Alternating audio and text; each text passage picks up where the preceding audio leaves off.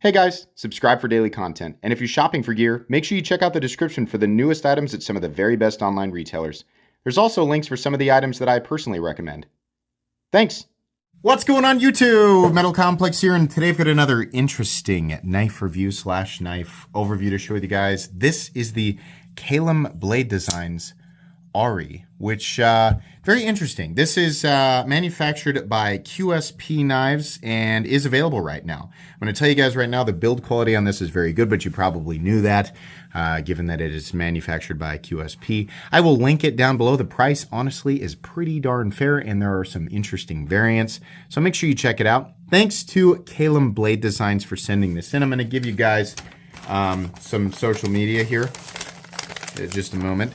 Make sure you follow them on Instagram at Caelum_blade_designs. But yeah, I'll give you their website down in the description. Sorry. Super stuffed up today. Thanks to my patrons for supporting me, and please make sure to follow me on Instagram at metal_complex. Let's go ahead and get a measurement of this knife. Fairly large. Not, mega super chunk or XL, but pretty large at 8 point... Is it really? Yeah, 8.75 inches. With a 3.65 inch blade and 3.65 inches of cutting edge as well. It's a pretty good sized knife here. My train of thought just absolutely derailed. Up against the Ontario Rat Model 1 and the Ontario Rat Model 2. So you can see this is, about the same size, a little bit bigger actually than the Ontario Rat Model 1, which I'm sure some people will like, because here in 2023, we have a massive overabundance of tiny knives. I don't know what the deal is. I don't know what the trend is with that. We have stupid, ridiculous, overbuilt knives. We have Max Ace doing whatever Max Ace is doing. And then we have every other company making teeny tiny little weenie dinky knives, So, and that's fine, right? But it's nice to see something like this. Okay, up against the Ontario Rat. What am I saying? The Demco 80 20.5. Get it together, Complex. How about up against the Spyderco PM2 and the Spyderco Para 3? Yep, a little bit bigger than both. And then finally, the Benchmade Griptilian, or in this case, the Ritter Hogue and the Benchmade Bug Out. Alrighty, how's the action on this guy? It's pretty darn good, and I'll tell you why. It's because this little opening hole is in exactly the right spot. Now, I will say this, even though it's knocked down, it's shaving my fingernails a bit. You see that? Those are pieces of my fingernail, which is gross to zoom in on. But it's catching it a little bit, right? Now, it does front flip just fine, even though I slipped off it pretty bad there. But we do have that nice bam, right? And then we have the beautiful reverse flick functionality and very easy forward flick functionality. This is not just a hole that's placed here like whatever, it's knife hole, use it, right? No. It took the time to make sure that it was placed in the right spot for a really satisfactory fire, right? Ergonomically, it's also very good, but we'll talk about that some more. The action is very, very good. This is a combination of QSP doing their thing, right? Premium knife company, they know how to do it. And then also, the blade is pretty big. So what you end up with is a factory, very controlled fall shut action. I'm missing it there a bit, but yeah, this is very, very nice, very controlled. You have nice access to the frame lock there, nice cutout. Really a good job with this, right? I mean, the designer being very aware of what people like with stuff like this. It's good. I like the action.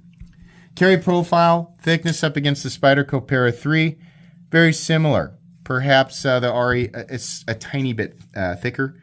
Length and height up against the PM2 and Para 3. Honestly, this is going to carry extremely similarly to the PM2. It's a little bit bigger. You might notice it. Well, you'll definitely notice it. I mean, I was going to say versus mine's in titanium, so it feels almost exactly the same. But you're definitely going to notice the weight over the PM2. Materials. So this is like a carbon fiber. Something I think is really cool, and I didn't even know that they did this. He's got one of the options is aluminum carbon fiber, which is neat because instead of there being sort of this pink contrast with the black of the carbon fiber and the copper, right? You have a silver contrast, right? And it's not just dyed carbon fiber, it's aluminum which the pictures make it look really cool. Now, I'm certain that that's been around for a bit and I just wasn't aware, but that's the first time I had seen it. And I thought, wow, that's really neat. Versus the basic models, you're going to spend $10 more to get the fancy schmancy aluminum or copper carbon fiber, which I think is pretty fair. A lot of times companies are like, oh, you want that stuff? That'll be another $80, pal. Yeah. Not the case here. He has the base version and he's got the fancy boys, which cost $10 more. And neither price is bad at all. In fact, I think it's pretty darn fair, especially considering the blade steel is S90V. Of all the weird trends in 2023, my favorite one so far is seeing S90V come in and drop kick M390 in the face and say, move aside, chump. It's time for the big boys to play. Man, that was cringe. Oh, so cringy. Should I edit that? Nope. Gotta leave it. Gotta leave it. I said it, right? Oh, man. I got on a roll and I was like, how do I tie a bow on this? That's the worst thing I've ever said. Oh, I do like S90V though. I'm really happy that it is. M390 is fine. I just think S90V is it's a better composition. It's a better super steel for the premium knife tier, right? You feel better about buying it. I do. And whenever I see S90V, I'm like, oh, thank God, right? The pocket clip's ugly, but at least it's S90V, right? How many of us have said that? So that's cool. Nice move there. So yeah, titanium. And then we got the whatever you want for the inlay material, right? This is the copper and carbon fiber, which looks okay. And then you have the S90V, right? There's a couple of different aesthetic options there. But weight. Let's go ahead and do that real quick.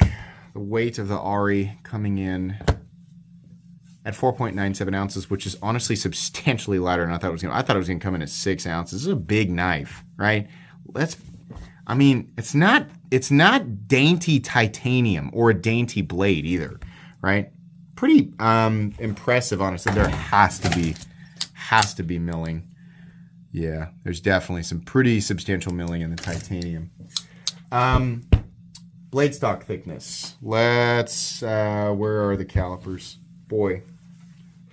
You know, what's weird, what amazes me is that when I put them down from the previous review, because I film multiple reviews a day, it's like I'm done with the calipers and then I go outside and I huck them as hard as I can just into the vista. Like, that's how I put my stuff away. I don't understand why I do that. Let me see here. Blade stock thickness is coming in at 135 thousandths, so right middle of the road. Smack dab middle of the road for the knife fold. I think that's fine, at least in my experience. Okay, hardware check. Let me get out my tools as per usual. My tools are very inexpensive and very recommendable. You can find them right down in the section of my description that talks about the tools I use on this channel. Just trying to show everybody that's a T8. We have a T8 pivot. Why'd I say it like that? We got a T8 for the inlay screws, right? Which have hidden a little bit. You know, people get mad, like, don't put a screw in that, use some adhesive. I don't know. I think a screw will hold it down better. You see that? We got a filler tab right there, right? People whining and complaining they have to look at a filler tab. I'm sorry. I don't think that's a valid complaint, right? And I know that people take that personally. They're like, how dare you not validate me? I'm sorry. I won't do it. I don't think it's a valid complaint. I'm going to move on with my life and you're going to move on with your life, and absolutely nothing is going to change as a result of this interaction, this disagreement, right? The reason I like it is that, boy, that was really condescending and dismissive, wasn't it? This is a weird review, right? Can you feel it? This is a weird one. The pocket clip can be mounted for left-handed carry, which is good. We actually have a designer thinking of left-handed people, which is something you'd think would not be a thing in 2023, but no, it seems we've gone backwards with a lot of designs. We have Caelum thinking of left-handed people, so that's great. Anyways, we have T8 across the board with the pocket clip screws, the handle screws, the inlay screws, all of that. The pivot, T8, easy peasy. Nice, easy design to take apart, and I think that's awesome. Okay, let's go ahead and get into the meat and potatoes here. It's certainly not a profile that is, completely and totally unique, but I think there's enough character here that, a lot of people look at this and be like, ooh, that's nice, right? Ergonomically, it is very comfortable. The edges are nicely chamfered down, some big, really comfortable corners. It's a warm corner, right? Feels good. For all of the material that you're handling, it's nice. This area is also flat, almost kind of rounded, right? So you can choke up here pretty comfortably. And there's a bit of a dip, pretty large sharpening choil. So you got a little bit of an indicator before you accidentally run your finger up on the blade, right? So that's nice. I like that you can do that if you want to. But yeah, very comfortable. And the pocket clip is not only knocked down, but it is milled, and it is also somewhat short, which is cool. I mean, it's not short, but usually like pocket clips for some reason, they're like, let's put a giant, what do you think? Like 80% the body length? That's enough, right? It doesn't need to carry like that, right? The clip doesn't need to overlap the seam by that much. This is just the right size of clip for this knife, and I think that's great. The inlay, which is, it's actually sort of partially lipped above the titanium. It looks all right. It looks fine. I think that it should have been a bit, I think it should have come down just a bit. I see what he's doing here, and this is fine. One of two things. It needs to either come down a bit or it needs to go all the way, and I'll tell you why. Because on this side, it looks weird. And I'm really sorry to make this comparison because you're not going to be able to get it out of your head now. This makes me think of like when somebody bends over to pick up a coin or something, right? And then the butt crack comes out. That's what it makes me think of. And you're just like, oh boy, there's a butt crack. And I'm not going to tell that, not going to say anything. You can't say anything. You can't be like, sir, your butt crack, sir, your butt crack. You can't do that, right? Because it's not that big of a deal, but you can't not look at it. You are going to look at it, and you're going to stare at it until they're done doing what they're doing, right? I don't know why we do that, right? It's the same reason that dogs make direct eye contact with human beings when they're defecating. I'm not really sure why, but we also look them back right in the eyes, right? But anyways, sorry, I really drove that point home. You can see the relief. Well, it's the cut for the lock, right? The relief cut is on the inside. I think that this overlay should hide it completely. I want the crack below the belt line, or better yet, run this all the way down. This is a beautiful material, and while it would make it more expensive, I think this would look spectacular, being shadow boxed by the titanium frame and running all the way down. I think it would look great. But one thing's for certain, that little butt crack needs to go. That is weird. That's really the only weird thing about this knife. The blade geometry is really cool, and it's got a little bit of Koenig in it. It's not a copy, but it makes me think of the Koenig Arius, right? It's nice and stylish and all of that. The cutting geometry is good. It's not like razor thin. It's not going to be shaving any grips, but it's good enough, and you will definitely be able to complete your generic or even in some cases heavy cutting tasks, right? I would not baton this through a piece of rebar, etc. Obviously, we don't do that, but every now and then we get someone confused. We get a lost soul whose grandpa told them that knives are the same things as hammers and pry bars or circular saws, and they do dumb things with their knives, right? And sometimes those people have to be told that their grandpas were dumb and that they gave them the wrong information. Nobody likes to hear that, but hey, it's better to put them on the right path, have them grit their teeth and move forward than to continue on that path, that wrong path, right? So, sorry, my wife is leaving, so you can hear her starting up her vehicle there.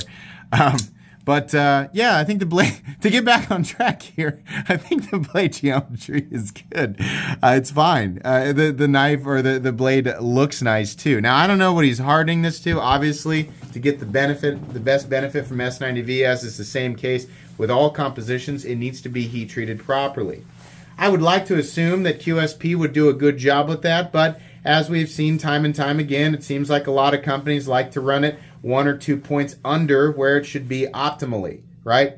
M390 is the best example. We got a lot of companies who are screwing around thinking M390 should be 58 to 60, which is really, really bad, right?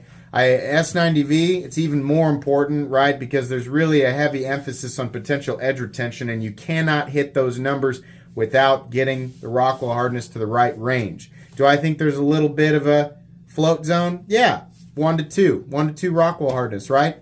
But we need to be hitting it appropriately. I do not know what they're hitting this at. I don't have the equipment to test it. That's really expensive. If you have the equipment, then you can test it for yourself, right? Anyways. Yeah, cutting edge, cutting bevel looks very, very good. That's typical QSP, right? There's some jimping, extends out to a nice spot and complements the index finger position really, really well.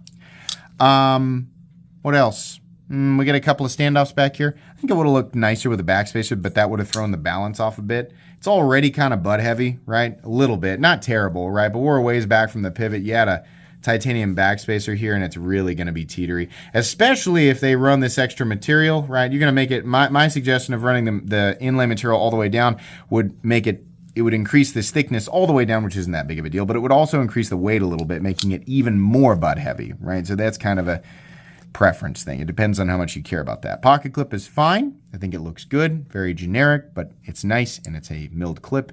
It's got good retention, and it's got a little bit of a ramp underneath, right? Like I said, we can flip it over, and we can flip the pocket clip over and mount it for lefty carry. The clip is perfectly symmetrical. That means it'll work. Oh no, lanyard people cannot attach their lanyards, right? I really don't. I honestly, I don't think people care anymore, right? I honestly haven't heard lanyard people speak up for a bit, so maybe they don't care. Real sharp up here. Not that big of a deal unless you plan to put your finger up there. It's also not a big deal if you plan to strike flint off of your, if you try to, you know, use a ferro rod off the spine, then maybe you'll like that, right? Just depends on what you use your knives for. There is a stop pin that is, I'm trying to see it. It's real tight space in here. I think it's actually, where are you? Is it fixed in place? Where's the stop pin?